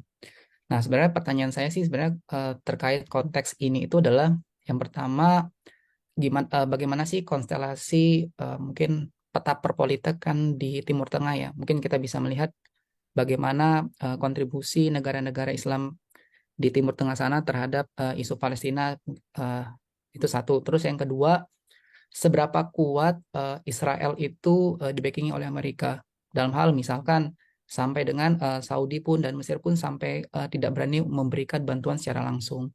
Dan yang ketiga, bagaimana peta perpolitikan juga untuk Syiah. Karena kalau kita lihat kan di Gaza itu sendiri dikelilingi ada Lebanon atau Yordania, dan itu mungkin ada beberapa militan-militan yang saya tahu itu condong ke Syiah. Mungkin itu, Ustadz Gilang. Terima kasih. Ya, Mas MC boleh saya jawab langsung biar tidak lupa? Boleh, silakan Ya. Mas. Oke. Sebelumnya ini saya taruh ya bit.ly paling berkesan kalau misalnya teman-teman bisa isi formnya sembari kita diskusi berlangsung akan saya sangat apresiasi. Ini saya sambil share screen juga slide terakhir ya. Bisa berikan feedback dan jawaban di bit.ly paling berkesan. Oke. Untuk di konstelasi dunia Arab ya, buat Mas siapa tadi? Mohon maaf namanya? Mas Irfan, Gil. Irfan. Mas Irfan. Oke. Mas Irfan memang agak sedih karena tetangga-tetangganya Palestina itu kan mereka semua sudah terikat perjanjian damai dengan Israel ya. Yordan, Mesir dulu deh. Mesir itu perjanjian damai dengan Israel tahun 1979, sorry, 78-79 ya, Camp David Accords. Kemudian Yordan itu tahun 93-94 ya, perjanjian damai. Jadi mereka nggak bisa nyerang Israel, walaupun mungkin masyarakatnya sebenarnya ingin membantu secara militer. Negara-negara dunia lain, negara Arab, memang ya sedih sekali begitu bahwa sebenarnya kan pernah ya negara Arab menyerang Israel untuk dalam tanda kutip membantu Palestina. Tahun 48 tapi kalah. 67 kalah banget malah. Tahun 73 Mesir dan Suriah ya tipis-tipis lah half and half. Tapi mereka nggak berhasil hanya berhasil mencaplok wilayahnya sendiri gitu yang sempat diduduki Israel. Jadi sebenarnya dari sisi Israelnya nggak kehilangan apa-apa. Tahun 82 Lebanon juga Israel dengan mudah gitu bisa menguasai Beirut. Jadi Israel ini emang secara militer dia kuat banget ya. Jadi eh, saya rasa semakin ke sini dunia Arab menganggap bahwa mereka bersimpati dengan isu dan aspirasi masyarakat Palestina, tapi tidak sampai ke level mereka berani untuk mengorbankan kepentingan nasionalnya mereka sendiri demi tercapainya aspirasi Palestina tersebut. Well, that's a sad reality, but it's true. Sekarang soal dukungan dari Amerika Serikat. Kalau teman-teman lihat, ini cukup menarik karena semenjak tuduhan genosida masuk ke Mahkamah Internasional bilang ada kemungkinan Israel benar-benar bersalah melakukan kejahatan genosida. Narasinya udah cukup berubah nih. Nggak, saya memperhatikan kebijakan Amerika Serikat 10 tahun terakhir, belum pernah saya lihat gonjang-ganjing yang kita lihat sekarang di Amerika Serikat. Tapi tentu agak sulit karena kekuatan grup-grup lobby dari lobby Zionis ya, lobby pro-Israel di Amerika itu sangat kuat ya.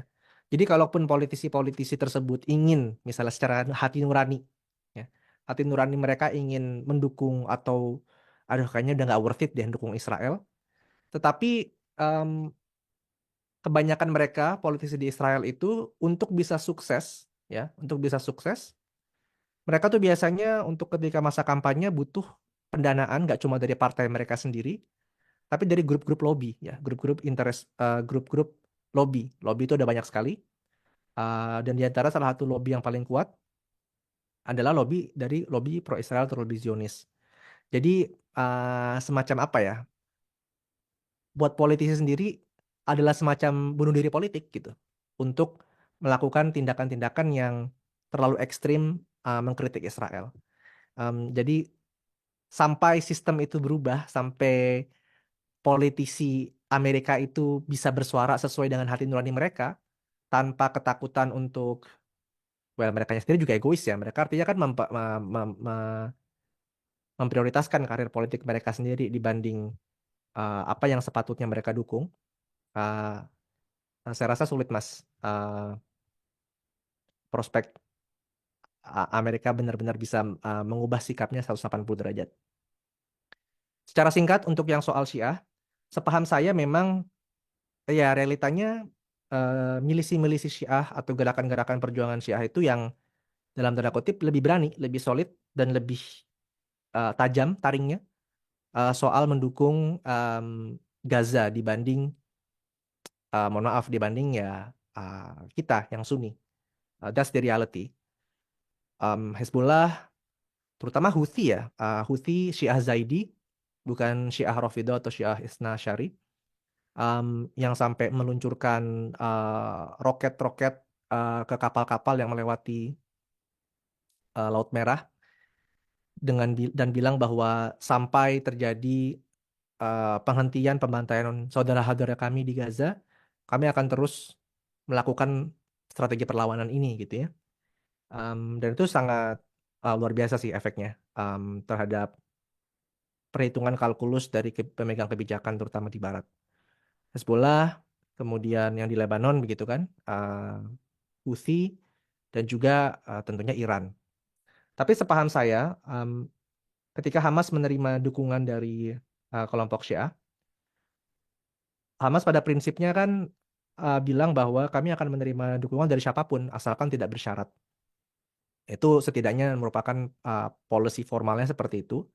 Jadi ya mau yang dukung dari pihak komunis lah, mau pihak kapitalis, mau ateis, mau gimana pun, selama nggak menyaratkan apapun, nggak mendikte kami apapun, kami akan terima. Dan sepaham saya ya realitanya yang berani unjuk taring dan membantu setidaknya secara militer, itu adalah betul analisis dari Mas, lebih kepada kelompok milisi-milisi Syiah. Untuk yang pemerintah yang Muslim yang mayoritas Sunni ya, um, dukungannya menurut saya lebih ke non militer, kayak Yordania kan belakangan melakukan airlifting ya, membagikan bantuan melalui pesawat dan sebagainya. Um, ya, saya rasa ada diversifikasi dari jenis bantuan yang diberikan, seperti itu. Semoga menjawab, Mas. Terima kasih. Jazakallah khair, Ustaz. Wah iya, Terima kasih Mas Irfan. Tadi sedikit sedikit melanjutkan juga Mas, menarik. Apakah memang tidak ada penilaian dari sisi Barat gitu ya tentang akumulasi bahwa ini sebenarnya sudah berpanjang puluhan tahun gitu ya, dari tahun 40-an. Bahkan kalau misalkan kita mau tarik kembali itu kan persoalannya sampai di zaman Turki Utsmani, bahwa Turki Utsmani diruntuhkan dan sebenarnya itu sebuah sebuah rentetan itu kan ya. Kalau kita bicara historisnya, apakah memang nggak ada penilaian Barat bahwa memang tanah yang mereka ambil itu, yang mereka dirikan negara sekarang ini ya mereka ambil dari negara yang memang dulunya sudah berdiri gitu. Terus mereka ambil dengan cara-cara yang tidak baik gitu. iya. Bagaimana itu, Mas? Ini selalu menarik ya pertanyaan ini karena ini tuh kayak nanya pertanyaan mana yang duluan muncul, ayam atau telur, ya chicken and egg dilemma. Mau ayamnya dulu atau telurnya dulu gitu. Karena kalau misalnya mau ditarik, mau pakai logika siapa yang duluan, siapa yang duluan, siapa yang duluan, ya seakan-akan mau dari kubu manapun akan punya argumen. Kalau dari sisi Barat, argumennya adalah Palestina kan pada saat itu adalah wilayah Turki Utsmani, ya kan? Belum ada dalam tanda kutip negara Palestina yang bentuknya kayak sekarang itu belum ada. Tapi itu wilayah distrik yang namanya Mutasyarifiyat El-Quds di bawah pemerintahan Utsmani gitu. Kok bisa jatuh ke tangan Inggris terus Inggris menjatuh Inggris lalu menyerahkan dan menjanjikan wilayah tersebut kepada Zionis melalui deklarasi Balfour. Mereka akan bilang, ya karena Turki Utsmaninya kalah perang. Kalau misalnya Turki Utsmaninya nggak ikut Perang Dunia Pertama dan nggak kalah, ya wilayahnya nggak bakal dicabik-cabik dan nggak bakal dibagi-bagi sebagaimana yang kita saksikan, ya itu yang memang terjadi di sejarah gitu. Haifa Institute pernah ngebahas, ini menarik banget pertanyaan ini kan, kayak oh kita kayak berspekulasi gitu kalau misalnya Turki Utsmani kan ikut Perang Dunia Pertama alasannya karena dia adalah memutuskan untuk berteman dengan Jerman dan Jermannya lagi perang dengan Inggris dan Perancis gitu. Di webinar tersebut itu kayaknya 2 tahun lalu deh, kita mengundang Ustadz Agung Waspodo membahas tentang seandainya, sebenarnya kalau kita berspekulasi itu kita nggak akan bisa mendapatkan jawaban definitif ya, yang namanya juga mengandai-andai. Tapi menurut saya cukup tetap menarik diskusinya, kayak kalau Turki Utsmani itu tidak em, tidak berteman dengan Jerman dan tidak join Perang Dunia Pertama, itu apa Apakah Palestina tidak akan jatuh? Palestina tidak akan jatuh ke tangan Inggris? Seingat saya, again, karena itu 2 tahun yang lalu, seingat saya take away utama dari webinarnya adalah seakan-akan partisipasi Turki Utsmani di Perang Dunia Pertama itu adalah adalah opsi terakhir, dan sebenarnya Turki Utsmani juga tidak mau melakukannya gitu. Tapi mereka tahu kalau misalnya dia diem aja, ya ada kemungkinan Perang Dunia tersebut ada sebuah istilahnya spillover, atau ada cipratan-cipratan konflik yang mau nggak mau Turki Utsmani harus akan memilih di pihak mana gitu. Dan dengan keterbatasan informasi, keterbatasan pilihan yang ada, mereka memilih untuk beraliansi dengan Jerman, dan ya kita tahu konsekuensinya apa. Tapi again, yang namanya spekulasi sejarah seperti itu pada akhirnya ya again spekulasi kita, menurut saya tidak selalu produktif kita untuk berpikir demikian. Sebenarnya paling penting ya hari ini gitu. Hari ini itu seperti apa? Nyatanya terlepas tadi, sebenarnya kalau kita mau tarik siapa yang paling dizolimi, siapa yang lebih ini, siapa yang lebih itu, semua akan punya argumennya masing-masing. Tapi fakta di lapangan sekarang, hari ini siapa sih yang masih hak-hak prinsipilnya itu belum terrealisasi? Warga Palestina atau warga Israel? Ya. Menurut saya dengan segala metrik, dengan segala statistik, dengan segala ukuran manapun, jelas warga Palestina yang haknya itu belum terrealisasi. Hak ekonomi, hak untuk hidup dengan bebas, hak untuk terbebas dari eh, ancaman terhadap jiwa dan raganya. Jadi itu sih yang paling penting ya menurut saya ya, bahwasanya realitanya adalah hak warga Palestina lah yang belum terrealisasi, dan itu harusnya yang menjadi fokus bagi siapapun yang memiliki ihtimam terhadap pertikaian yang terjadi di daerah tersebut.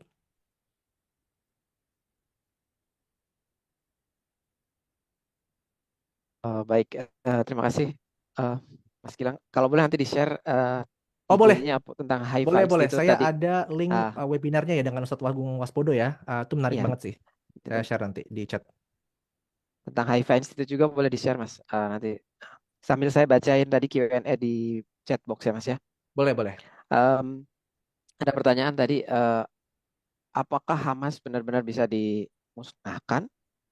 Kemudian apakah Israel nggak berpikiran tentang anak-anak di sana, perempuan? Kemudian dan apakah perbuatan ini tidak akan menimbulkan perlawanan lainnya? Kan the next Hamasnya gitu. Ya, I Ya see. itu. Pertanyaan dari Mas Menarik banget Vicky. ya. Betul, setuju. Sebenarnya saya rasa jenderal-jenderal tentara Israel nyadar kok. Mereka nggak bisa mengalahkan Hamas secara militer. Tapi pemerintahnya aja, menurut saya Netanyahu ya pokoknya harus ada alasan supaya perang ini populer, dan perang ini seakan-akan mereka mau bisa ngelakuin sesuatu gitu. Kayak istilahnya apa ya?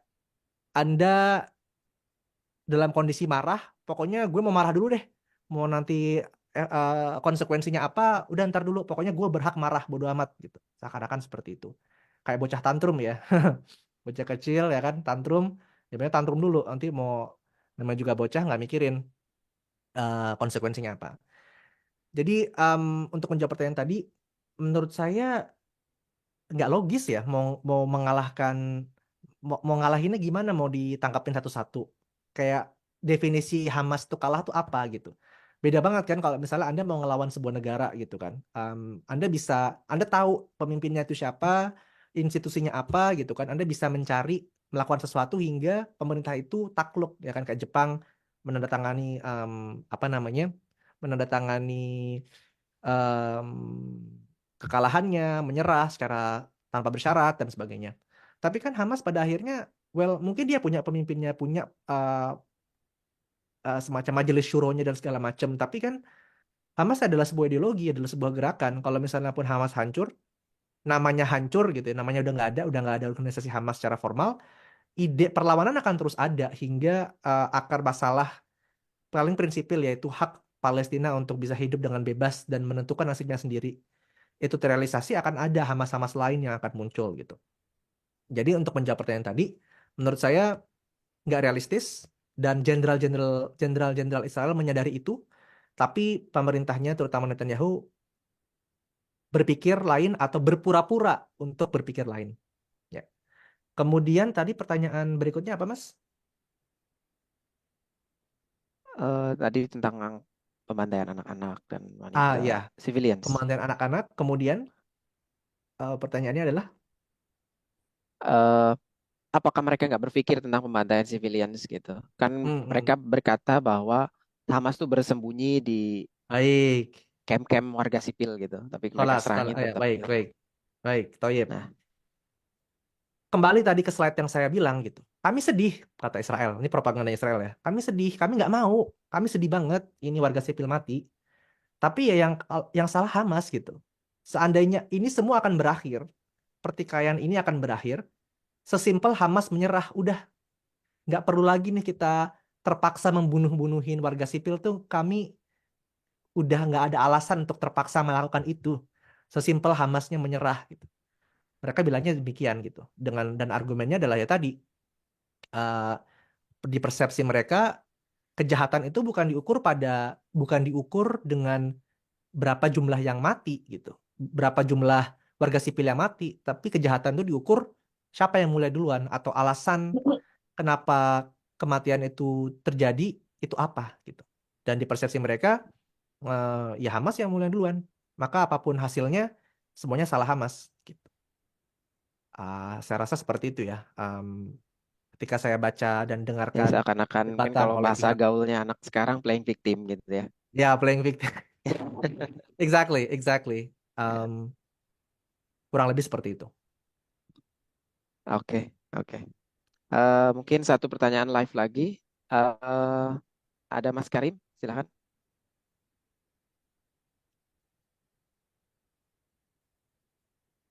Mas Karim. Iya, maaf sebelumnya. Terima Ah kasih ya, atas kesempatannya pada rekan-rekan panitia. Mohon izin bertanya buat Bang Gilang tentu. Dalam lingkup hak kemanusiaan yang Mas Gilang sering sampaikan dan juga tadi sempat disinggung di slide terakhir, jauh mana kecaman diplomasi yang terjadi di persidangan ICJ dan apakah masih ada kemungkinan untuk dilakukan sidang voting pada persidangan PBB kembali? Meski kita tahu bahwa sidang voting tersebut atau voting pada persidangan tersebut seringkali kalah dengan hak veto dari US dan beberapa negara lain.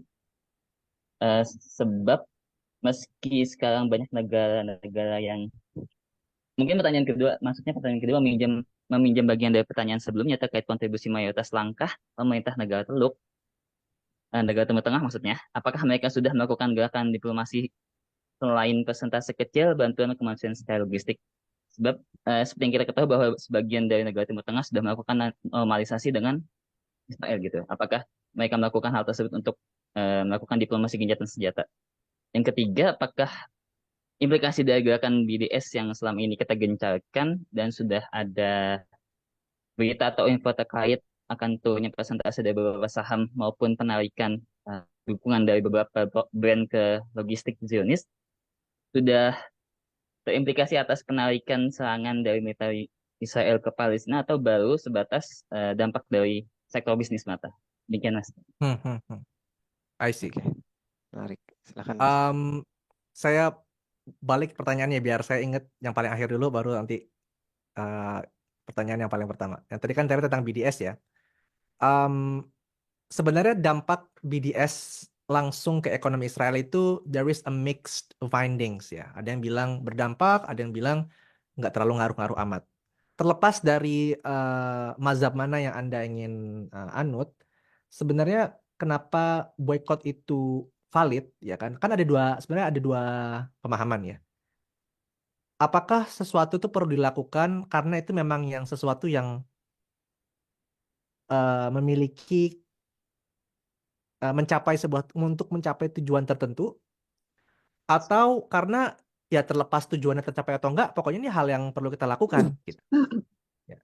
Ada namanya pendekatan konsekuensialis ya kan. Jadi pokoknya kalau ditanya kita ini sebaiknya boykot atau enggak, maka nanti orang yang konsekuensialis akan bilang, oh kita pikir dulu nih, ini dengan boykot tersebut apakah nanti konsekuensinya benar-benar bakal berhasil, kita bisa untuk menekan Israel untuk mengubah sikapnya. Atau Anda mau pakai pendekatan deontologis.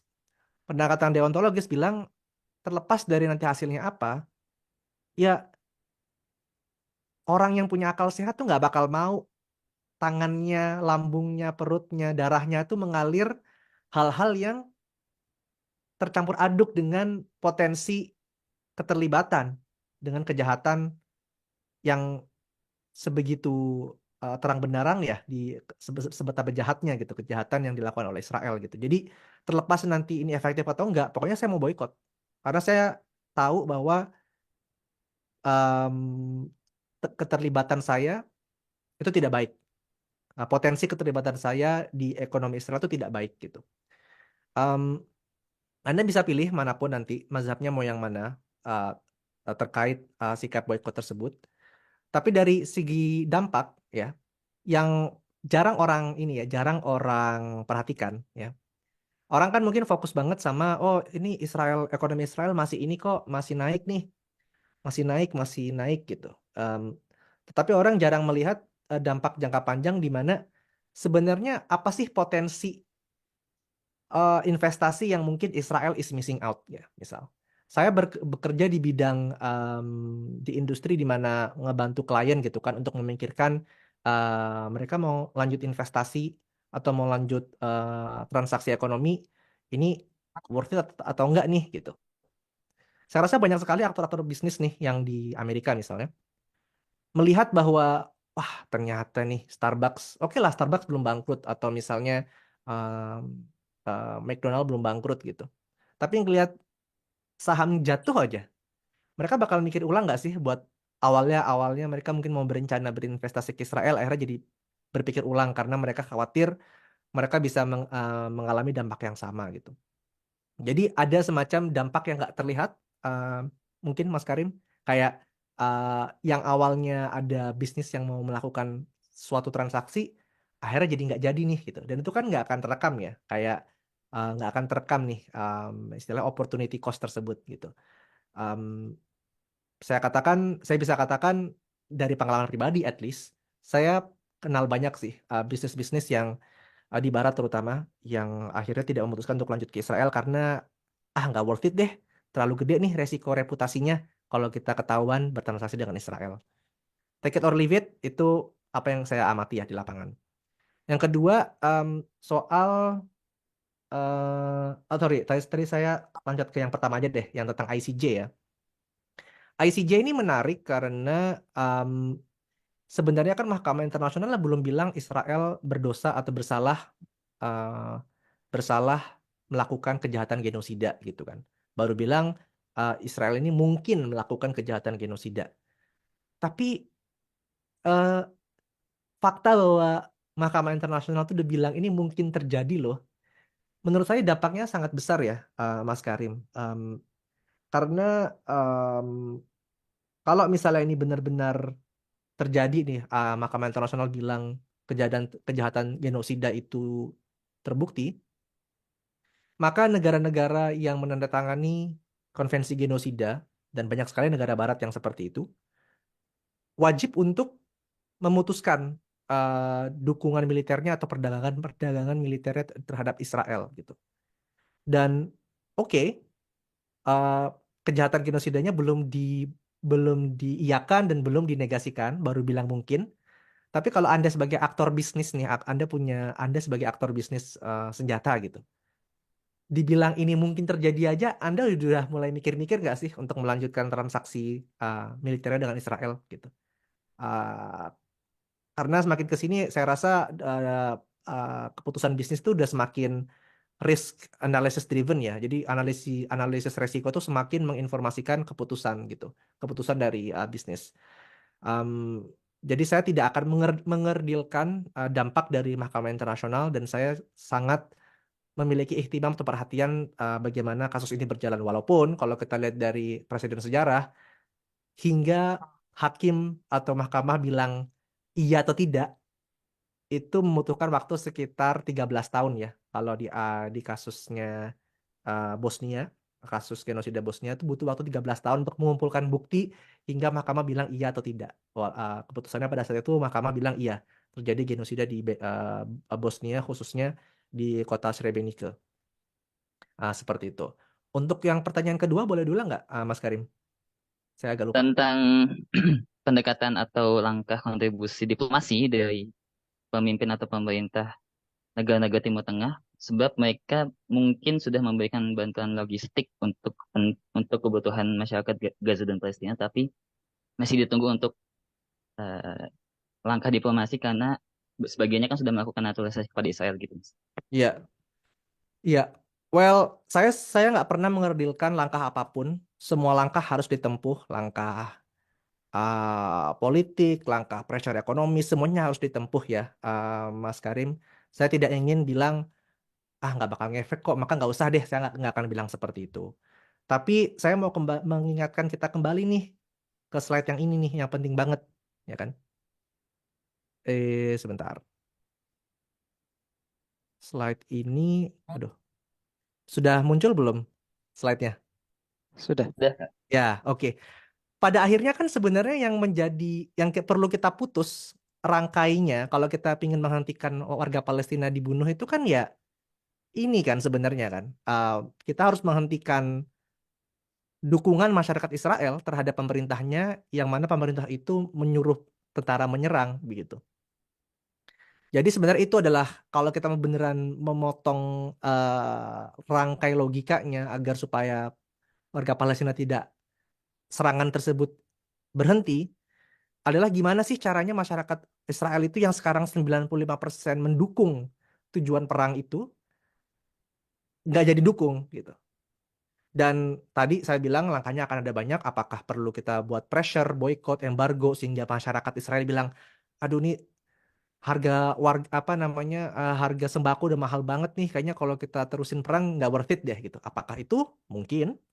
Apakah pressure politik dari Amerika Serikat? Oh, kalau misalnya Anda lanjut perang, Anda akan di kick out dari PBB.